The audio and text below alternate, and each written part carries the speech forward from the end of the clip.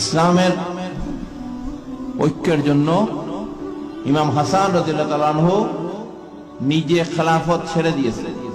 এর চেয়ে দুনিয়ার জমিনে আর এত বড় স্যাক্রিফাইস দুনিয়ার জমিনে কোন রাজা বাদশা করেনি।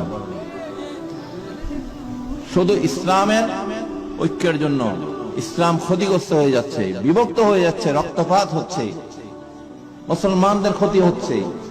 শুধু এটার জন্য ইমাম হাসান, এই জন্য আমার নবীজি বলেছেন, যখন ছোট ছিল ইমাম হাসান, একদিন সাহাবীদের সামনে নবীজি ইমাম হাসান রাদিয়াল্লাহু তাআলা আনহুকে দেখিয়ে বলছেন, এই আমার এই বেটা, উনি নাতিকে বেটা বলতেন, আমার এই ছেলে সেই মুসলমানদের আসল নেতা হবে। সুবহানাল্লাহ বলেন।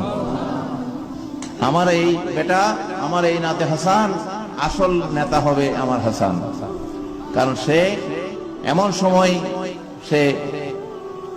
সে নেতৃত্বের মধ্যে গিয়ে সে এমন কিছু দেখাবে যেটা আমার উম্মাকে আরো মজবুত করবে। সুবহানাল্লাহ। সেটাই কিন্তু ইমাম হাসান রাদিয়াল্লাহু তাআলা আনহু দেখিয়েছেন। সুবহানাল্লাহ বলেন। উনি 6 মাস খেলাফতে ছিলেন, উনি খলিফা ছিলেন, ওনার হাতে হাজার হাজার মদিনাবাসী সাহাবীরা বায়াত নিয়েছেন। সুবহানাল্লাহ বলেন।